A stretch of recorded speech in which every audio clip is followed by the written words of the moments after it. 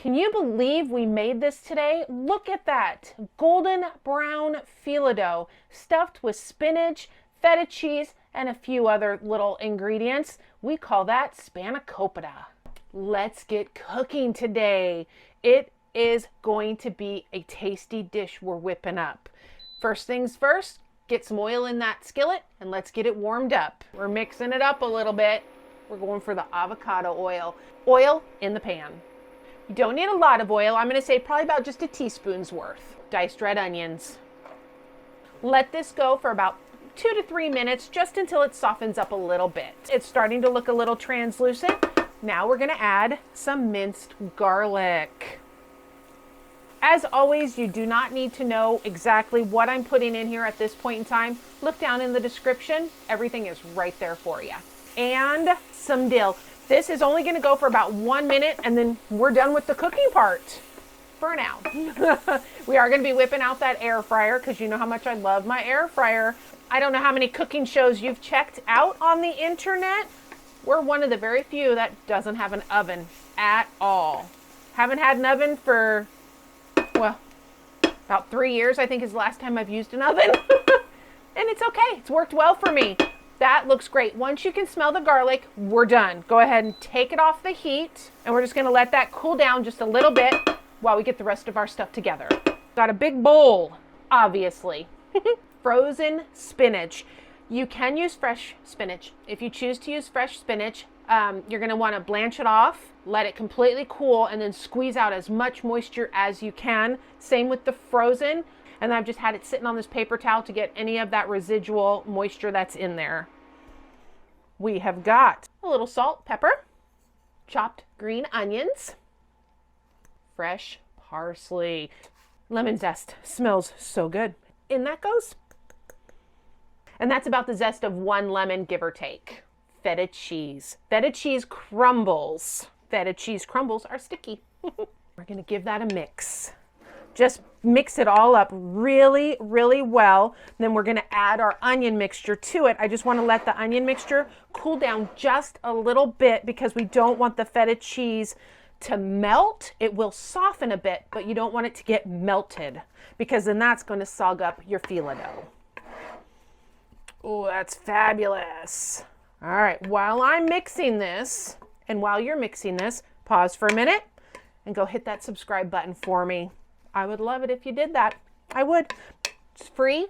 Doesn't cost you anything to do it. I'm not going to call you. I'm not going to email you in the middle of the night or anything like that. It just really helps out my channel, our channel now, if you subscribed.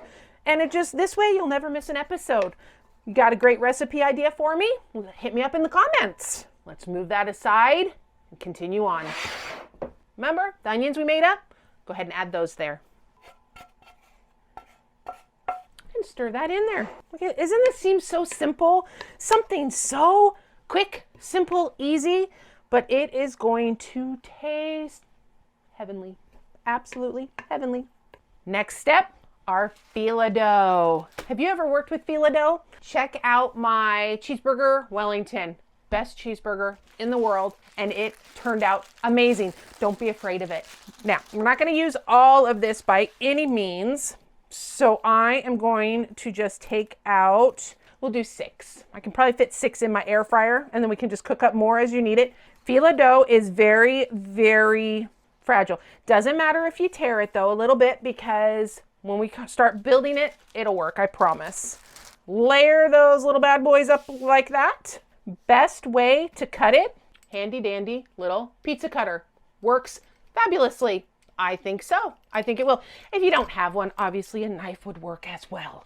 So thickness of this, I'm thinking we're going to get 3 out of there. Perfect. And we slice like so.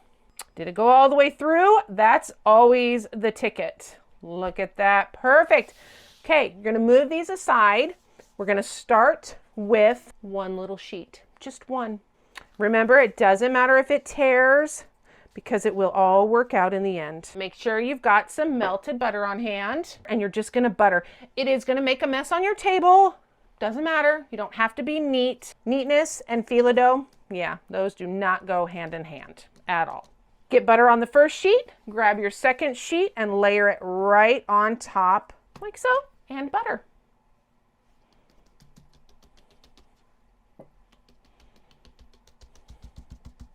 Going to grab about a spoonful. We are going to use our hands, but the spoon is going to kind of help me get it a little bit, make sure I get everything in one bite. I want to make sure you get the cheese, the onion, the spinach, everything in a bite. Kind of judge how big your phyllo dough is. You don't want to overpack it, but you want to make sure that you've got a good bite in there. And you're just going to put it right on the end, just like this. You're just going to fold it up and fold it over. It doesn't have to be neat because it will eventually, see, fold all inside of itself, just like that.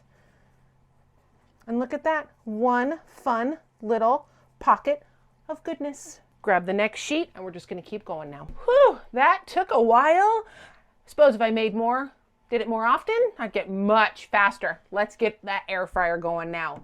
We're going to go 360 for about 10 minutes. As always, if it takes a little bit longer, I'll be sure to let you know. Oh, be sure as well, when you get them all done, I brush the tops with just a little bit extra melted butter, just to make sure that each piece has that butter in there, because that is what's going to help this crisp up so beautifully. Okay, our air fryer is ready. Let's go ahead and add those in. Don't overcrowd them. You just want to just place them in gently as well, because remember, phyllo dough, very fragile stuff. Yeah, see, 6 was perfect for my air fryer. I don't have a large air fryer. As you can see, it is just my husband and I don't need one. All right, here we go. 10 minutes, and then we'll give them a looky-loo. They're done. Those are very delicate, crispy little critters. Oh my gosh. Can you hear the crunch just taking them out of there? They're so light and airy and crunchy, and oh my goodness. Little drops of golden goodness. There we have it, Spanakopita. Quick, simple, easy, delicious. But don't take my word for it. Take your own word for it. Try it. I'm gonna try one. Crazy hot, but I'm going in because I'm a trooper like that. You wanna see what that looks like on the inside, don't you? Ooh, can you hear that? Wow, look at that. It is so light and flaky, and that butter just gives it such a decadence. Oh, it tastes healthy, but healthy in a good way. Spinach is good for you. Chock full of vitamins, iron, I think it is. Anyway, you're gonna like it. I know you will. So thanks for watching, as always, and we'll see you next time. Bye.